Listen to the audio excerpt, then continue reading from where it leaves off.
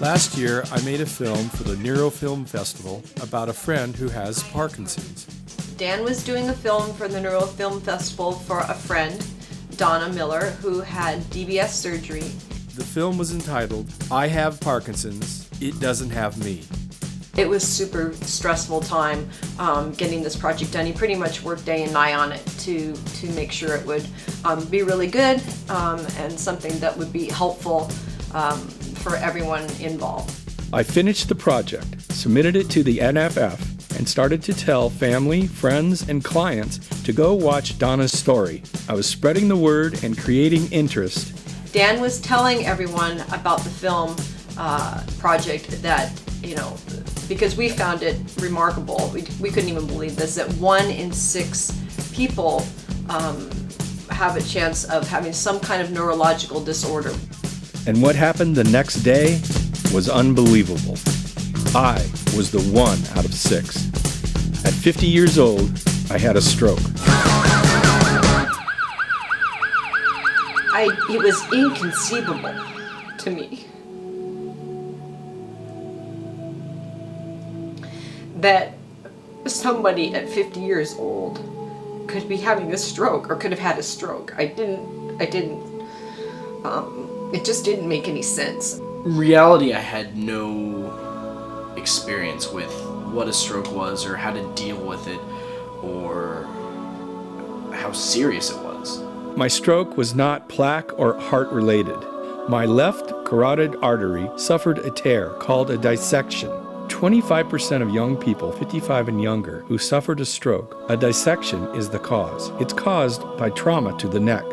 The only thing my doctors could figure out was that multiple coughing attacks triggered the tear in the artery. The heavy coughing you have had was so much of a mechanical stress to the vessel wall, which might have been weak to begin with, that was enough to cause actually the vessel to rupture and to develop a vessel occlusion, which then led in your case to the stroke. Things were not looking good. I couldn't talk and my right side didn't work. My mom was very, very worried about him. She never left his side for one moment. And I had to kind of take care of stuff at home, and I had to be there for everyone. I didn't really know what this meant or what the result was going to be or where it was going to go or what was going to happen. I didn't know anything. It was pretty scary. I just spent 2 weeks doing a film for the Neuro Film Festival, and here I lay in the hospital surrounded by neurologists. My right side made a comeback over the next few days. I had aphasia, which means I had to learn to talk again. That was fun. The second time's a charm. It's been life-changing. It's been emotional. It's been joyous in some strange ways. It's been a lot of different things. For me, it was originally terrifying. The road to recovery was slow, but now, 1 year later, I'm basically back to normal.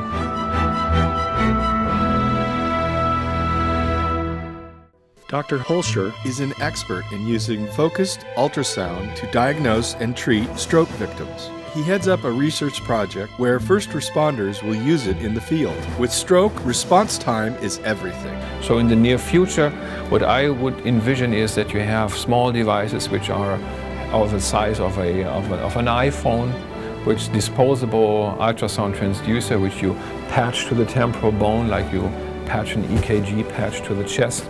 You hit a button, you should select the gender, probably the age range, and then you start a treatment right there.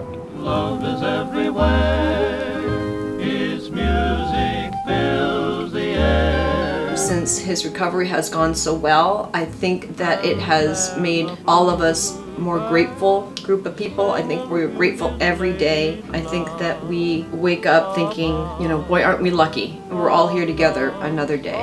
It was a long road, but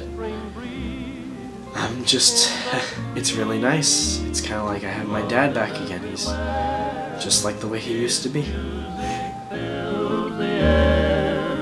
All nature seems to hum a melody from the sky.